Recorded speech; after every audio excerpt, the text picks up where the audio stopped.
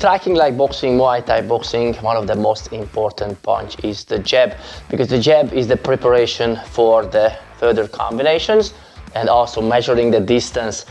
Very important how to get the stance, very important a good base and the movements, how to cover the head after and before the punches. Let's see step by step. For the stance, about shoulder size width, and if you're left-handed, the left leg steps back. If you're right-handed, right leg steps back.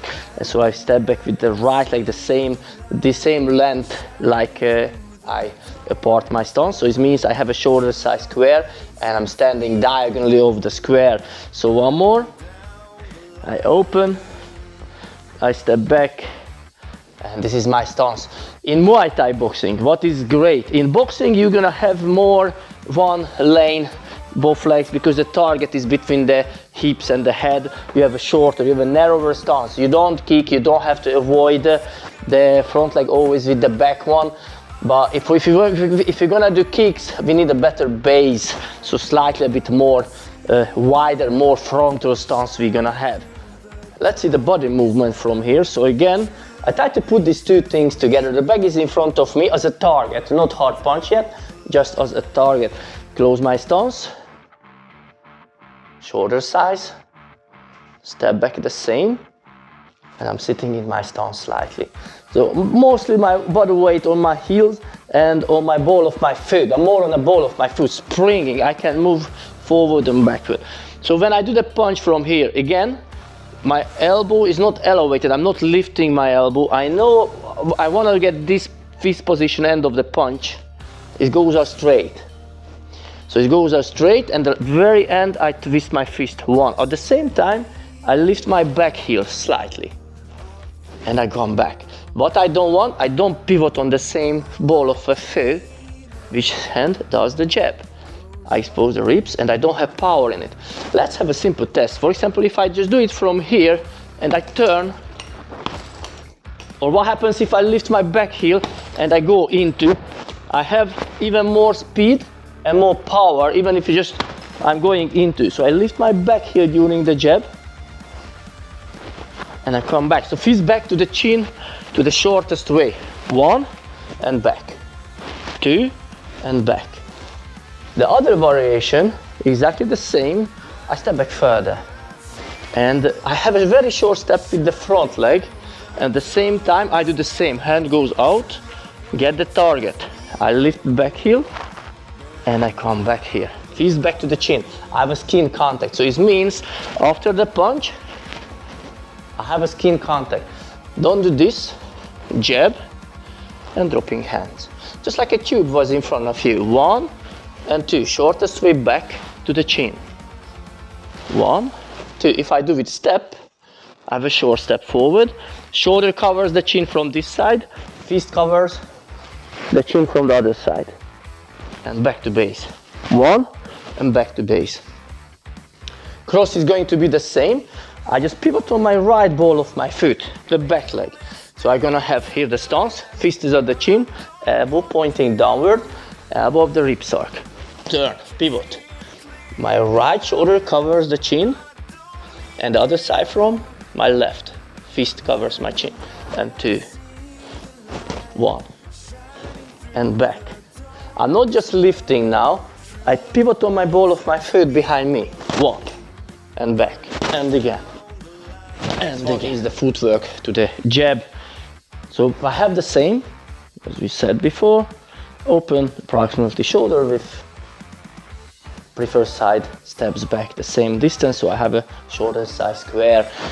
If I do single jab, I can stop before the belt. So when I step and I have a punch and step back. Step and back. Not too long, so I don't want to step too long, but I don't want even just a very short. About a foot size step is what is good.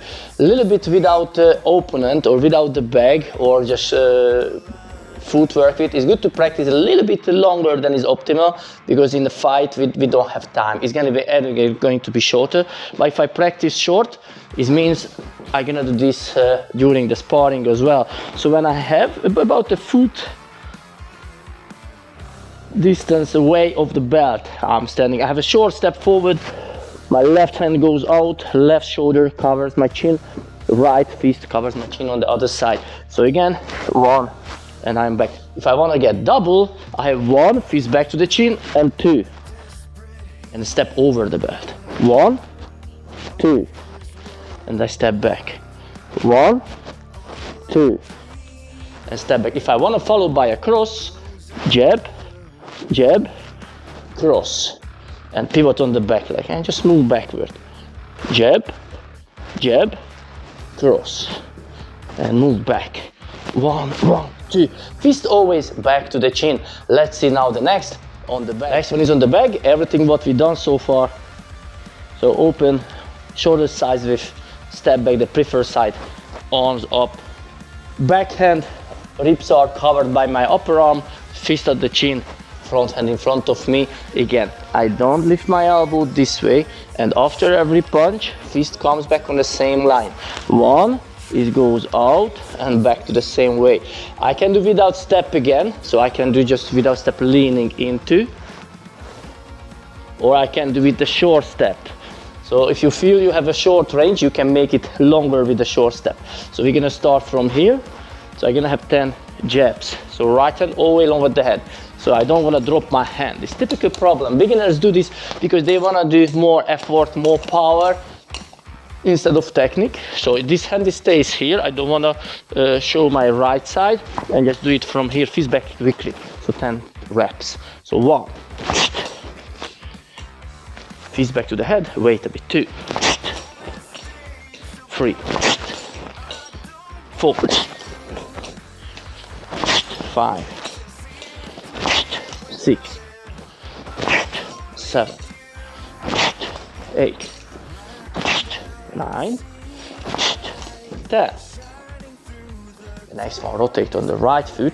So the left hand stays on the chin, upper arm, ribs arc. I pivot on my right foot, and I drive my hand out to the head level, shoulders covering the chin.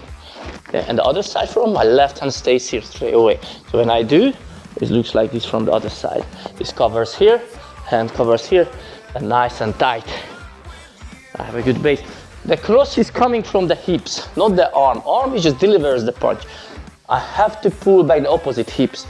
So if I do with the right side, I pull the left hips back behind me. It means my right hip goes a bit slightly forward more than the left. So I'm gonna have from here 10 times. 1. Don't do rhythmically, so it's not like 1, 2, 3. Wait a bit. In fight, everything is unpredictable, so you can wait a bit. Let's start again. 1. Keep the hands up, touch your chin after every punch. 2.